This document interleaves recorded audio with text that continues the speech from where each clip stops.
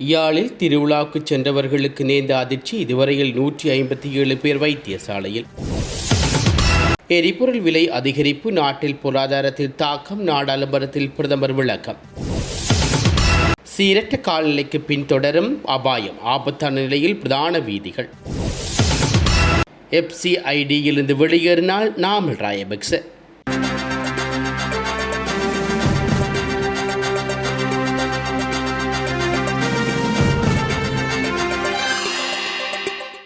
யாழ் பண்டத்திரிப்பு பிரான்பற்று முருகமூர்த்தி ஆலயத்தில் நேற்றிரவு நடைபெற்ற திருவிழாவில் அதிகளவு ஒளி காரணமாக கண் பாதிப்புக்குள்ளானவர்கள் அனைவரும் உடனடியாக யாழ்ப்பாணம் போதனா வைத்தியசாலைக்கு அனுப்பப்பட்டு அங்கு சிகிச்சைகள் மற்றும் விசேட கண்காணிப்பு நடவடிக்கைகள் முன்னெடுக்கப்பட்டு வருவதாக வைத்தியசாலை பணிப்பாளர் தெரிவித்துள்ளார். கண் பாதிப்புக்குள்ளானவர்களில் இம்முறை உயர்தர பரீட்சைக்கு தோற்றும் 2 மாணவர்களும் மேலதிக சிகிச்சைகளை பெற்று வீடு திரும்பியதுடன் அவர்கள் தொடர்ந்து மருத்துவ கண்காணிப்பில் இருக்குமாறும் பெற்றோருக்கு அறிவுறுத்தப்பட்டுள்ளது.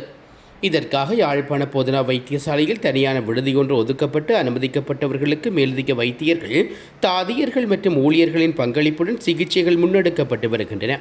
இந்நிலையில் தற்போது ஆண்கள் 58 பேரும், பெண்கள் 44 பேரும், சிறுவர்கள் 55 பேரும் என மொத்தம் 157 பேர் கண் பாதிப்புக்கு உட்பட்டு பாதிப்புக்காக வைத்தியசாலையில் அனுமதிக்கப்பட்டு சிகிச்சை பெற்று வருகின்றார்கள். கண் பாதிப்புக்கான அறிகுறிகள் தென்படும் அனைவரும் தாமதமின்றி உடனடியாக வைத்தியசாலைக்கு வருமாறு சுகாதார அதிகாரிகள் அறிவுறுத்தியுள்ளார்கள். மேலும் சுகாதார சேவைகள் பணிமனை, போலீசார், பிரதேச செயலாளர்கள் மற்றும் தொடர்புடைய அதிகாரிகள் இணைந்து நிலைமையை தொடர்ந்து கண்காணித்து தேவையான நடவடிக்கையை முன்னெடுத்து வருகின்றார்கள். பண்டத்தரிப்பு பிரான்பற்ற பகுதியில் நடைபெற்ற ஆலய திருவிழாவின் போது இடம்பெற்ற அதிகளவான வாட வேடிக்கைகள் மற்றும் லேசர் ஒளிக்கீட்டு பயன்பாடுகள் காரணமாக பலர் கண் பாதிப்புக்குள்ளாகி வைத்தியசாலையை நாடி வருகின்றார்கள். இது தொடர்பில் யாழ்ப்பாண போதனா வைத்தியசாலையில் கண் வைத்தியர் நிபுணர் வைத்தியர் எம். மலரவன் பொதுமக்களுக்கு முக்கிய அறிவுறுத்தலை விடுவித்துள்ளார். கண்களில் எரிச்சல், சிவத்தல், நீர் வருதல், வலி, மருந்து, பார்வை மங்குதல் அல்லது ஏதேனும் மாற்றம் தென்பட்டால் அலட்சியம் செய்ய வேண்டாம். உடனடியாக அருகிலுள்ள வைத்தியசாலைக்கு சென்று பரிசோதனைகள் செய்து கொள்ளுமாறும், தேவையானவர்கள் யாழ்ப்பாண போதனா வைத்தியசாலையில் கண் சிகிச்சைகள் பிரிவையும் நாடுமாறும் அறிவுறுத்தப்பட்டுள்ளார்கள். குறிப்பாக நேற்றைய திருவிழாவில் கலந்து கொண்ட சிறுவர்கள், பெண்கள் உட்பட அனைவரும் தங்களது கண்களில் ஏற்பட்டுள்ள மாற்றங்களை கவனமாக அவதானிக்க வேண்டாம். கண்களை தேய்க்க வேண்டாம். சுயமாக எந்த ஒரு கண் மருந்துகளையும் பயன்படுத்த வேண்டாம். சந்தேகம் ஏற்பட்டாலும் உடனடியாக வைத்திய ஆலோசனைகளை பெறுங்கள். கண் பாதிப்பு ஏற்பட்டால் தாமதிக்காமல் வைத்தியசாலையை நாடுங்கள் என வைத்தியர் மலரவன் இந்த அறிவிப்பை அதிகமானவர்களுக்கு பகிர்ந்து பாதிக்கப்பட்டவர்களை உடனடியாக வைத்தியசாலைக்கு செல்லுமாறு அறிவுறுத்துவோம். இன்று யாழ் போதனா வைத்தியசாலை கண் விடுதி பகுதிக்கு தற்போது வரை 157 கண் பாதிப்புக்கு உள்ளானவர்கள் அனுமதிக்கப்பட்டிருக்கின்றார்கள். அவர்களில் 58 ஆண்கள், 44 பெண்கள், 55 குழந்தைகள் உட்பட இந்த 157 பேரும் குறித்த விடுதியிலும் புதிதாக இன்னும் 2 விடுதிகள் திறக்கப்பட்டுள்ளன. அங்கே அனுமதிக்கப்பட்டவர்களில் அநேகமானவர்களுக்கு கண்ணில் கடுமையான நோய், எரிவு மற்றும் கண்ணை திறப்பதற்கு மிகவும் சிரமப்பட்டு இருப்பதனால் அவர்கள் இந்த வைத்தியசாலைக்கு சிகிச்சைக்காக வந்திருக்கின்றார்கள். மேலும் பலர் வரக்கூடும் என எதிர்பார்க்கப்பட்டு போதிய வசதிகள் வைத்தியசாலையில் செய்யப்பட்டிருக்கின்றது. தற்போது வரை வந்தவர்களுக்கான சிகிச்சை ஆரம்ப கட்டம் செய்யப்பட்டு விடுதிகளிலே அனுமதிக்கப்பட்டிருக்கின்றார்கள். கண் சத்திர சிகிச்சை நிபுணர்கள், வைத்தியர்கள், தாதியர்கள், மேலதிகமான ஊழியர்களும் அந்த பகுதியில் இப்போது கடமையிலே இருக்கின்றார்கள். எமது வைத்தியசாலையில் அனுமதிக்கப்பட்டிருக்கின்ற அனைவருக்கும், அதாவது இந்த கண் வருத்தத்துக்காக அனுமதிக்கப்பட்ட அனைவருக்கும் சிகிச்சை அளிப்பதற்கான கண் மருந்துகள் போதிய அளவில் இருக்கின்றன. இது தவிர அங்கே வந்திருப்பவர்களுக்கு படுக்கை வசதிகளும் உணவும் மற்றும் ஏனைய வசதிகளும் தற்போது வரை செய்யப்பட்டிருக்கின்றது. கண் வைத்திய நிபுணர்களின் ஆலோசனைப்படி இவ்வாறான பாதிப்புள்ளவர்கள் மேலும் அவர்கள் வீடுகளில் இருந்தால் உடனடியாக யாழ் போதனா வைத்தியசாலைக்கு வந்து சிகிச்சை பெறுமாறு அறிவுறுத்தப்படுகின்றார்கள். இந்தியாவில் மத்திய பிரதேச மாநிலம் கந்தர்வ ஆட்சியாளர் அலுவலகத்தில் நடைபெற்ற பொதுமக்கள் குறை கேட்கும் கூட்டத்திலும் வித்தியாசமான முறையில் புகார் ஒன்று முன்வைக்கப்பட்டுள்ளது. கந்தர்வா மாநகராட்சி எதிர்க்கட்சித் தலைவர் தீபக் ரத்தோர் நகரில் அதிகரித்து வரும் தெருநாய்கள் தொடர்பில் புகார் அளிக்க நாய் வேடம் அணிந்து ஒருவருடன் ஆட்சியாளர் அலுவலகத்துக்கு வந்தார். அப்போது மாநகராட்சிக்கு நாய் கருத்தடை திட்டத்தில் சுமார் 40 லட்சம் ரூபாய் முறைகேடு இடம்பெற்றுள்ளதாகவும் நகரில் தெருநாய்க்களின் எண்ணிக்கையும் தொடர்ந்தும் அதிகரித்து வருவதாகவும் அவர் குற்றம் சாட்டியுள்ளார். இதனிடையே நாய் வேடமடைந்து ஒரு ஆட்சியாளர் அலுவலகத்துக்கு வந்து புகார் அளித்த சாட்சிகள் சமூக வலைத்தளங்களில் வைரலாகி வருகின்றன. 2027 ஆண்டுக்கான அரசு மற்றும் அரசு அங்கீகாரம் பெற்ற அனைத்து தனியார் பாடசாலைகளுக்கான பாடசாலை அட்டவணை மற்றும் விடுமுறை கால பட்டியலை கல்வி அமைச்சு அதிகாரப்பூர்வமாக வெளியிட்டுள்ளது.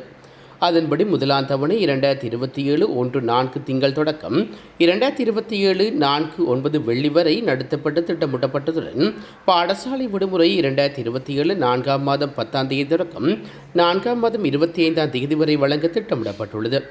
2ஆம் தவணை 4ஆம் மாதம் 26 தொடக்கம் 7ஆம் மாதம் 30 வரை அமையும் என்பதுடன் பாடசாலை விடுமுறை 7ஆம் மாதம் 31 தொடக்கம் 8ஆம் மாதம் 29 வரை கிடைக்கப்பெறும். 3ஆம் தவணை 2027 8ஆம் மாதம் 30ஆம் தேதி தொடங்கும் என்பதுடன் அன்றிலிருந்து 2027 12ஆம் மாதம் 3ஆம் தேதி வரை அந்த தவணை நடைமுறையில் இருக்கும். 2027ஆம் ஆண்டின் 12ஆம் தரத்துக்கான புதிய வகுப்புகளை 2027 6ஆம் மாதம் 15ஆம் தேதி தொடங்கப்படும் என்பதுடன் பாடத்திட்டங்களை நிறைவு செய்து தவணை பரீட்சைகளை நடத்தி 13ஆம் தரத்துக்கான 3ஆம் பாடசாலை தவணைகளை 2027 7/16 அன்று நிறைவு செய்ய வேண்டும் எனவும் அந்த அறிவிப்பில் குறிப்பிடப்பட்டுள்ளது.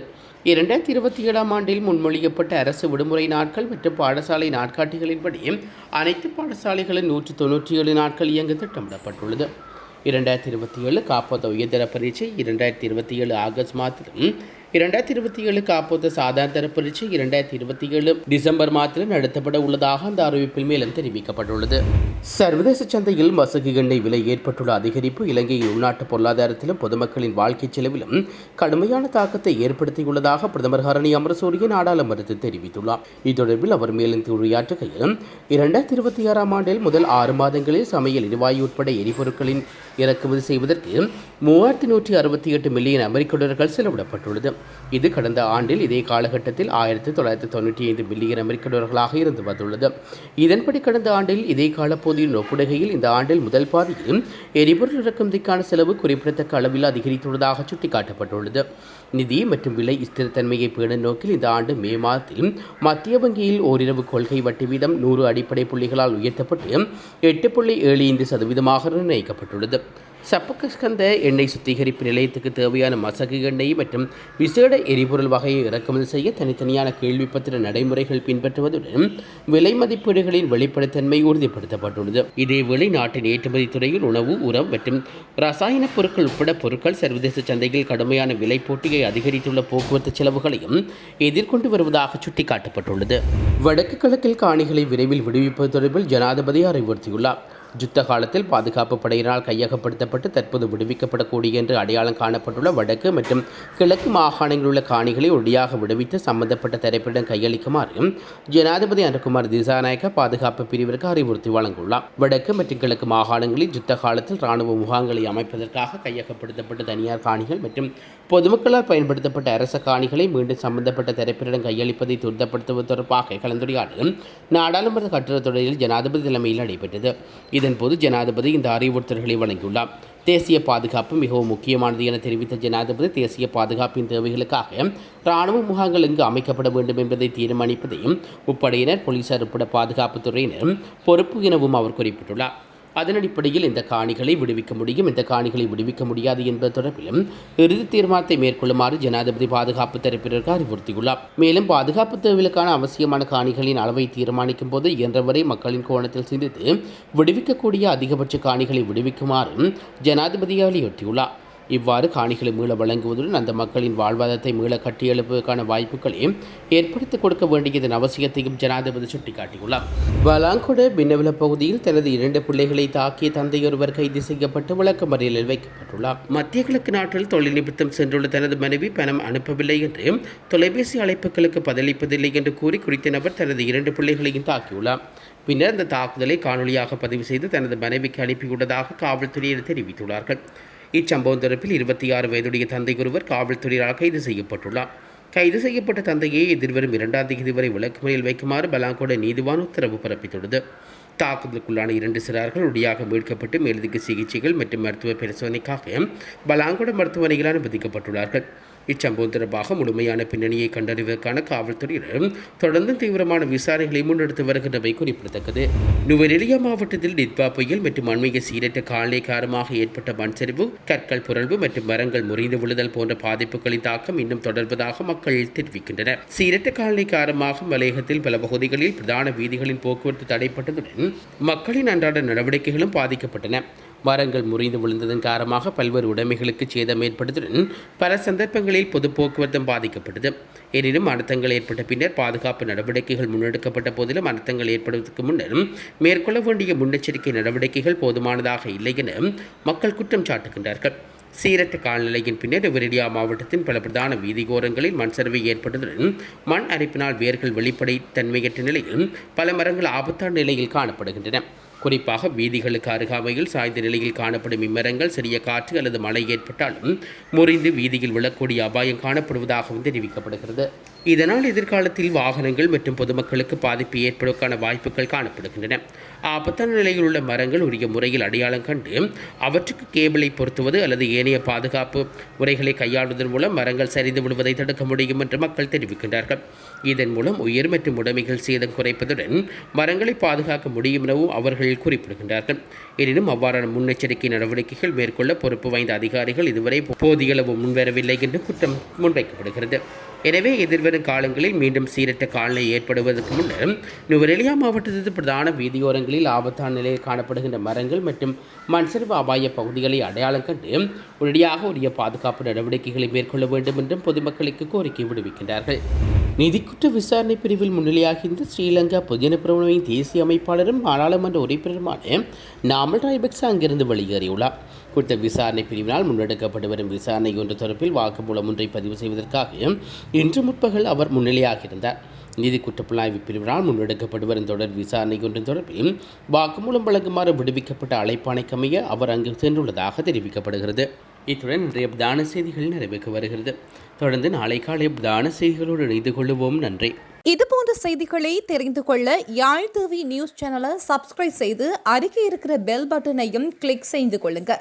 மேலும் இதுபோன்ற செய்திகளை உடனுக்குடன் தெரிந்து கொள்ள யாழ்டிவி.com எனும் இணையதளத்தின் வாயிலாக எங்களோடு இணைந்து கொள்ளுங்கள்.